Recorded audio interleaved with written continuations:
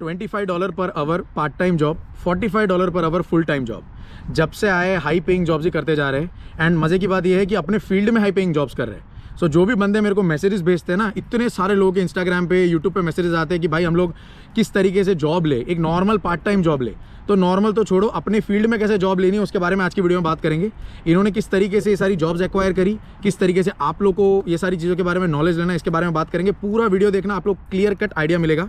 ज़्यादा देर नहीं करते, वीडियो शुरू करते से पहले अगर आपने चैनल सब्सक्राइब नहीं करते, लाइक नहीं करते, शेयर नहीं करते, कमेंट नहीं करते तो कर दिया करो। अच्छा लग रहा है चीज़ ग्रो कर रहे हैं। अब ज़्यादा देर नहीं करते, वीडियो शुरू करते हैं। सो सबसे पहले गाइस ये अपना इंट्रोडक्शन देंगे एंड देन विल कंटिन्यू। तो थैंक यू जय यार मुझे चैनल पे बुलाने के लिए। तो यार मैं अपना इंट्रोडक्शन देता हूँ। तो मैं देहरादून उत्तराखंड से आता हूँ और मैंने इंडिया में बैचलर्स करी है कंप्यूटर साइंस में बैंगलोर से। तो मैं 2017 से 2021 का ग्रेजुएट हूँ। मैं 21 में ग्रेजुएट हुआ। जैसे मैं ग्रेजुएट हुआ, क्योंकि मेरे को फील्ड जॉब नहीं करनी थी, आगे मुझे स्टडीज़ अपनी परस्यू करनी थी, तो मैं कनाडा आ गया masters in applied computing from university of Windsor से करने के लिए। वो तो सही है। तो इसका मतलब ये है कि इनके पास कोई इंडिया में खास ऐसा एक्सपीरियंस नहीं था जब यहाँ पे आए थे। सो मैं आपसे ये पूछना चाहूँगा, जब यहाँ पे आए तो आपके कैसे आपको पता लगा कि इस तरीके के फील्ड जॉब्स भी अवेलेबल है पार्ट टाइम बेसिस में?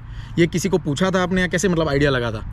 तो यार जैसे स्टार्टिंग में जब मैं आया था, मैं जैन में आया था, तो मैंने फेब से लेके अप्रैल तक 3 महीने मैंने पार्ट टाइम जॉब ही करी थी एक स्टोर पे, और मैं साइन बोर्ड्स फ्लिप करता था वहाँ पे।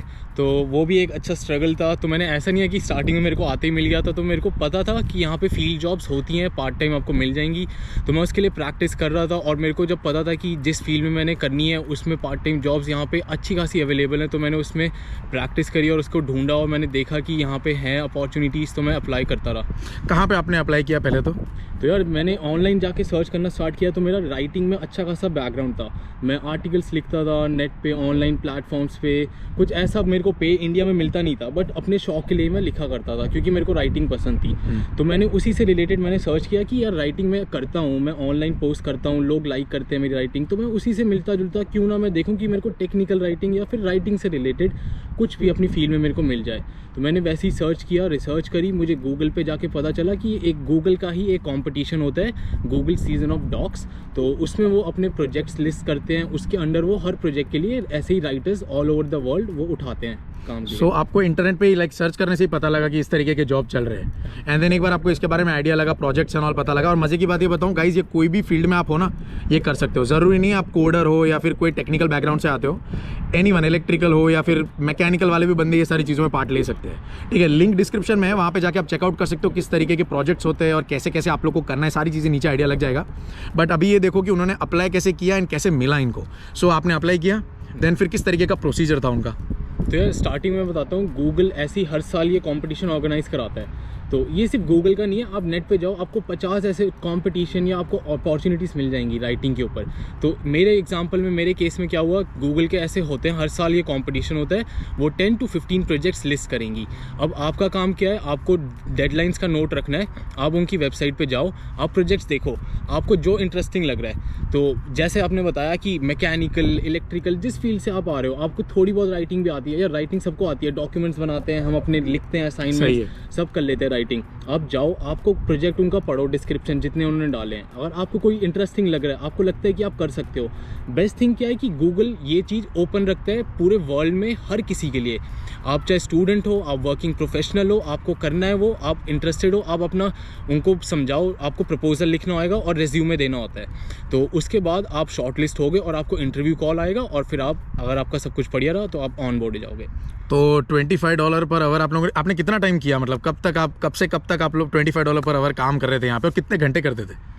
तो ये जो गूगल का कंपटीशन है अप्रैल में स्टार्ट होता है, और अप्रैल में एक्चुअली इनके प्रोजेक्ट्स आ जाएंगे, और मई से प्रॉपर लिखना आपका स्टार्ट होएगा। तो मई से 6 मंथ्स का होता है ये, नवंबर तक। तो बेस्ट चीज़ क्या है कि आप प्रोजेक्ट से, इनके जो प्रपोजल पे आप जाओगे, आप उनके प्रोजेक्ट्स को पढ़ोगे, तो वहाँ पे आपको सब चीज़ें मेंशन होंगी कि किस चीज़ पे काम करना है, किस चीज़ के ऊपर आपको लिखना है, क्या स्किल्स चाहिए होंगे, कितने आवर्स आपको पर वीक डालने होंगे, और कितना पे आपको आवरली मिलेगा। ओह, तो इस चीज़ का एक बेनिफिट रहता है। और अभी इस साल का जो Google season of dogs competition है वो लाइव जा चुका है, क्योंकि अप्रैल चल रहा है। तो लिंक जैसा आपने बताया आप डाल देना। फट नीचे जाना और देख लेना आपके प्रोजेक्ट से, मतलब कौन से प्रोजेक्ट्स चल रहे हो, उसमें आप लोग क्या कंट्रीब्यूशन कर सकते हो। सो मेक श्योर आप लोग ये चीज़ कर ले। तो अगर आपके यहाँ पे जॉब नहीं लग रहा है तो कहीं और तो ट्राई करो, कहीं और लगने के चांसेस बढ़ जाते हैं। एंड पे भी जैसे मैंने कहा $25 पर आवर रहता है और उससे भी ज़्यादा जा सकता है। So it all depends on your skills और किस तरीके से आप टैकल करते हो सारी चीज़ों को। सो इनका इंटरव्यू हुआ एंड देन इनका लग गया था और उन्होंने पार्ट टाइम जॉब तो 6 महीने नवंबर तक किया जैसे इन्होंने बताया।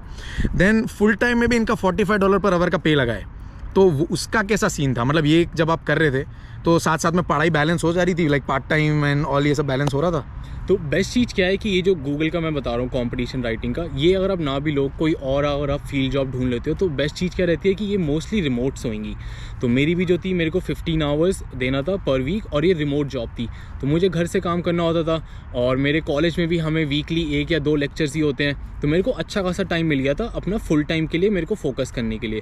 तो मैं लिटरली बताऊँ तो मैं 4 to 5 मंथ्स पहले ही, जैसे मेरे को जनवरी से फुल टाइम ढूंढनी थी, तो मैं जुलाई अगस्त से ही मैं फुल टाइम ढूंढना स्टार्ट कर दिया था। सो इन्होंने काफ़ी अच्छा बैलेंस बनाया था गाइस जॉब ढूंढने में एंड देन पढ़ाई को बैलेंस किया है इन्होंने। बिकॉज जैसे आपको पता होगा यूनिवर्सिटी में 2 ही दिन क्लास रहते हैं वीक में। अगर आप कॉलेज में हो ना फिर भी आप लोग ये कर सकते हो, बिकॉज जैसे इन्होंने कहा खाली 15 आवर्स ही रहता है पार्ट टाइम बेसिस पे, बट वो 15 आवर्स में आपको पे भी काफ़ी अच्छा मिलता है। यहाँ पे आप कहीं और काम करोगे तो $15, $12, $16-17 के अंदर आप अगर 20-30 आवर्स काम करोगे ना, तब जाके यहाँ पे 15 घंटों का पे बैलेंस आउट होगा। सो कम आवर्स में ज़्यादा पैसा कैसे कमाना, ये आपको सोचना है यहाँ पे आते ही, एंड अपने फील्ड में मिले तो इससे बेटर तो और क्या हो सकता है। सो अभी हम लोग इनके फील्ड जॉब पे जाएंगे कि फील्ड जॉब इनको कैसे लगा, इनको कैसे पता लगा इसके बारे में, एंड कैसे कैसे अप्लाई किया और क्या क्या चीज़ें आपको चाहिए। तो फील्ड के लिए आपके पास पहले ही एक्सपीरियंस तो थोड़ा बहुत हो गया था? मेरे पास इंटर्नशिप से इंडिया में मैंने कुछ, जैसे बताया मैं फ्रेश ग्रेजुएट ही था, बट मैंने इंटर्नशिप्स 2 इंटर्नशिप मैंने कर रखी थी अपनी फील्ड में। तो इंडिया में इंटर्नशिप से आपने करी थी, तो कौन से आपके फील्ड से रिलेटेड था ना सारा? हाँ, वो दोनों इंटर्नशिप फील्ड में ही थी और वो नॉर्मल जैसे 3 महीने और 4 महीने की होती है, बेसिक सी इंटर्नशिप थी। ऐसा भी कुछ नहीं था कि बहुत ही बड़ी बहुत ही अच्छी इंटर्नशिप लगी थी। सो वो कुछ काम आया यहाँ पे, वो इंटर्नशिप में जो आपने सीखा था वो यहाँ पे कुछ लाइक वो चीज़ मैं बताऊं तो मेन जो इसका यूज़ आएगा कि आपने जितना थोड़ा बहुत सीखा है वो तो चलो आपने सीखा ही है, बट क्योंकि मेरे पास 2 इंटर्नशिप थी फील्ड में तो वो मैंने रिज्यूमे में डाली थी। वर्क एक्सपीरियंस में सिर्फ वही 2 मैंने इंटर्नशिप डाली थी फील्ड रिलेटेड, और वो मेरे को लगता है कि जब वर्क एक्सपीरियंस में इंटर्नशिप फील्ड रिलेटेड आपकी आ गई है तो वो ऑब्वियसली आपने हेल्प करी है। एंड इंटरव्यू में कैसा कैसा था, मतलब इंटरव्यू में क्या क्या पूछा था आपसे, किस तरीके का था सारा? तो इंटरव्यू ईजी होते हैं यहाँ पे, बट डिफ़िकल्ट जो सबसे डिफ़िकल्ट पार्ट है इंटरव्यू कॉल आना। तो मैं अपने केस में बताऊं तो मैं एक टाइम आ गया था जब डिप्रेशन में चला गया था, क्योंकि मैंने 200 से ज़्यादा मोर देन 200 कंपनीज में अप्लाई कर दिया था और मेरे को सिर्फ इंटरव्यू कॉल 2 कंपनी से आए थे। उसमें से एक का मैं बताना चाहूँगा कि वो बहुत इंपॉर्टेंट इन्फॉर्मेशन है, सबको पता होनी चाहिए। एक कंपनी का मेरे को ऑफ़र आया, वो सबसे पहला ऑफ़र था, फील्ड जॉब का ही था। मैं इतना खुश हुआ, इतना अच्छा पे था, but at the end background check में जब उन्होंने चेक किया कि मैं स्टूडेंट स्टेटस पे हूँ तो उन्होंने मेरा वो रिजेक्ट कर दिया था। तो वो बहुत गलत एक चीज़ थी, वो लोग आप भी अलर्ट रह सकते हो। ओ, तो मतलब ये कैसे पता लगेगा कि हम लोग यहाँ अप्लाई कर रहे हैं तो स्टूडेंट बेसिस पे ये लोग नहीं देते, वो कुछ लिस्टेड होता है ऐसा? ऐसा लिस्टेड भी होता है, बट मेरे केस में लिस्टेड भी नहीं था। मैंने अप्लाई किया, मेरे केस में तो और गलत हुआ मेरे साथ, क्योंकि मेरे को जॉब मिल गई। एंड में उन्होंने वर्बल ऑफर दे दिया कॉल पे कि आपका इंटरव्यू क्लियर हो गया है, आपको इतना पे मिलेगा, आपको ये जॉब प्रोफाइल है, इससे स्टार्ट करना है, अब आप बोलो आपको एक्सेप्ट है तो हम बैकग्राउंड प्रोसेस पे आते हैं। मैंने बोला सब कुछ ठीक है, मैं ऑब्वियसली मुझे जॉब चाहिए थी, मैंने बोला सब अच्छा है, दे दो जॉब। उन्होंने बोला बैकग्राउंड चेक के लिए आप अप्रूव करते हो, मैंने बोला हाँ, सारे डॉक्यूमेंट्स प्रोवाइड कराए क्योंकि कुछ तो गलत था नहीं। बट 1 हफ्ते के बाद उनका कॉल आता, मुझे कहते कि बैकग्राउंड चेक में आपका पता चला आप स्टूडेंट परमिट में हो। मैंने बोला वो तो मुझे पता ही था, वो तो आप लोगों को पहले ही पता होना चाहिए था, क्योंकि जब मैंने अप्लाई किया है, सारे डॉक्यूमेंट दिए हैं, आपने मेरे को तब क्यों बोला? वो कहते नई कंपनी की पॉलिसीज़ हैं, हम लोग स्टूडेंट्स को नहीं देते स्टूडेंट वीज़ा पे, हमें तो कोऑप मतलब प्रॉपर वर्क परमिट वाले चाहिए। सो ये भी होता है गाइस। सो मेक श्योर कि कभी भी आप लोग अप्लाई कर रहे हो कहीं पे ये सब जॉब्स में तो थोड़ा ध्यान रखना कि स्टूडेंट स्टडी परमिट पे चाहिए या वर्क परमिट पे चाहिए, तो पहले ही क्लियर आउट कर देना ये चीज़ें।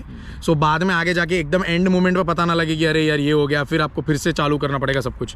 सो इनका पार्ट टाइम का तो इस तरीके का सीन था, एंड फुल टाइम में तो आपको कैसे पता लगा कि ये कंपनी हायरिंग कर रही है? पहले तो ये पता कैसे लगा कि हायरिंग कहाँ पर आप सर्च करते थे और ये सारी चीज़ें करते कहाँ पे थे? तो यार उसके लिए मैंने कुछ पोर्टल्स हैं अपने, जैसे लिंक्डइन था, वो बहुत हेल्प करता है। लिंक्डइन अपनी प्रोफाइल आप लोग भी अपडेट करके रखना, हमेशा वो बहुत हेल्प करता है। और लिंक्डइन पे मैं सर्च करता था, और इंडीड था, और ऐसी एक और पोर्टल था मॉन्स्टर। तो ये 3 मैंने पोर्टल थे। तो मोस्टली आपको जो जॉब्स लिंक्डइन पे आ रही हैं और या फिर इंडीड पे आ रही हैं, तो आपको रिपीटेड इधर उधर दिख जाएंगी सारे पोर्टल्स पे। तो ये 2-3 आप अपने शॉर्टलिस्ट कर सकते हो। उसमें आप जाके कीवर्ड्स डाल के अपने निकाल सकते हो कि कौन सी जॉब में आपको इंटरेस्ट है। उसमें फिर आप जॉब खोलोगे, आपको प्रॉपर डिस्क्रिप्शन पूरा मिल जाता है। ओके। सो इस तरीके का था। बट पहले तो हम लोगों ने इनकी पार्ट टाइम के बारे में तो हम लोगों ने जैसे इनका बात कर दिया, इनको ऑलरेडी थोड़ा बहुत तो आपका जो पार्ट टाइम था वो आपके फुल टाइम से कनेक्टेड था कोई वे में?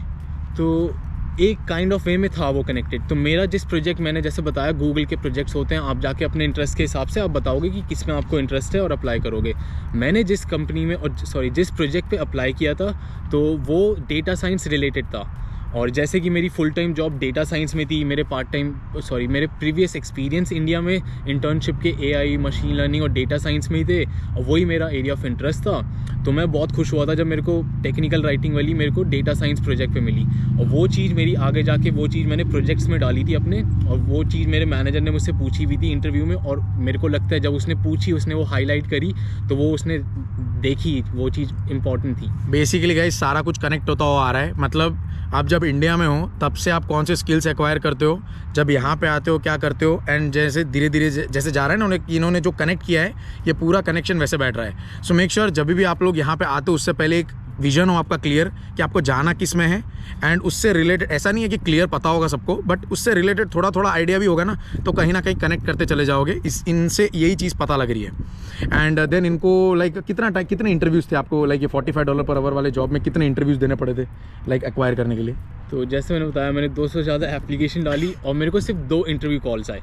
और फर्स्ट जिसने मुझे रिजेक्ट कर दिया एक्सेप्ट करने के बाद, और सेकंड मेरे को इन्हीं का आया था। सबसे पहले आपको मेल आएगा कि आपका हो गया है रेज्यूमे शॉर्टलिस्ट, अब आपको इंटरव्यू के लिए प्रिपेयर करना है। मेरे केस में सिर्फ एक इंटरव्यू था, बट वो इंटरव्यू थोड़ा डिफ़िकल्ट था क्योंकि उसमें 3-on-1 होता है। 3-on-1 मीन्स कि 3 वहाँ के उनके मेंबर्स होंगे जो मेरा इंटरव्यू लेंगे। तो वो डिफ़िकल्ट था। बट इंटरव्यू के, अब आगे पूछा जाए कि इंटरव्यू की प्रोसेस कैसी थी, तो वो स्मूथ थी क्योंकि वो इतना डेप्थ में नहीं जाएंगे। आपका रेज्यूमे में जितना आपने लिस्ट किया है, और मैं एक चीज़ यहाँ पर बताना चाहूँगा कि रेज्यूमे में कभी भी फेक इन्फॉर्मेशन या गलत मत डालना। चाहे कोई भी स्किल है, let's say for example Python आप सीखना चाहते हो, एक प्रोग्रामिंग लैंग्वेज, तो उसका 1 महीने का या 2 हफ्ते का कोर्स ही कर लो। चाहे उसके बाद प्रॉपर आपने कोर्स किया, उसका सर्टिफिकेट मिला, वो डाल दो, रादर देन कि झूठा डालने का कि मैंने ये, मेरे को आता है, मेरे को वो आता है। वो ऐसे भी पता लग जाएगा इंटरव्यू के अंदर कि क्या है, बिकॉज और इंटरव्यू में आपको पूरा मतलब थियरी था, कुछ लिखना था, टेस्ट था, ऐसा कुछ था या क्या था, मतलब किस तरीके का था? एक चीज़ ये अच्छी है क्योंकि मेरा बड़ा टेक्निकल पोजीशन के लिए था, डेटा साइंस, बट मेरे को इंटरव्यू में कोई टेक्निकल ऐसा हुआ नहीं, सिर्फ थ्योरेटिकल था। उन्होंने कुछ मेरे को कोड करने के लिए या लिखवाने के लिए कुछ नहीं दिया, और मेरा इंटरव्यू 45 मिनट्स टू 1 आवर चला था। तो उसमें उन्होंने क्वेश्चंस पूछे, बैक टू बैक क्वेश्चंस पूछे, फिर अलग अलग वो होते हैं एस्पेक्ट। जैसे एक आया था राउंड जिसमें वो question back to back 5-6 minute मेरे से पूछते रहे, फिर 10 मिनट उन्होंने मेरे वर्क एक्सपीरियंस पे फोकस किया, उससे related back to back question पूछे। वैसे ही उन्होंने 10-15 मिनट मेरे प्रोजेक्ट सेक्शन को दिया, उससे बैक टू बैक क्वेश्चन वो निकाल के रिज्यूमे में मेरे प्रोजेक्ट्स में से पूछते गए। सो ऐसी वाली जॉब्स जो होती है ना गाइस, जिसमें वैसे भी इंटरव्यू थोड़ा टफ रहता है, बिकॉज वो पे भी आपको उतना कर रहे हैं। सो इस तरीके का था इनका जो भी था, पार्ट टाइम और फुल टाइम। सो आपको आशा करता हूँ एक आइडिया लगा होगा किस तरीके से आप लोग को यहाँ पे अप्लाई करना है। गूगल का फॉर्म जैसे मैं बताया नीचे डिस्क्रिप्शन में है, और इनका भी यूट्यूब चैनल है, सो वो भी नीचे डिस्क्रिप्शन में आप लोग को मिलेगा, जाके चेक कर लेना। अगर आप डेटा साइंस से रिलेटेड हो या ये सारी फील्ड से रिलेटेड आते हो, कोडिंग वोडिंग, तो कुछ पूछना है तो इनसे पूछ सकते हो, आपको काफ़ी हद तक चीज़ें क्लियर होगी। बिकॉज मैं इनको बहुत पहले से जानता हूँ, और जब से आया तब से काफ़ी अच्छा कर रहे हैं यहाँ पे। सो आशा करता हूँ गाइस आप लोग को वीडियो अच्छा लगा हो, एंड ज़रूर कमेंट में बताना किस तरीके का लगा आप लोग का वीडियो लाइक करना, सब्सक्राइब करना चैनल को, एंड फिर हम लोग मिलते हैं अगली वीडियो में। तब तक के लिए बाय बाय।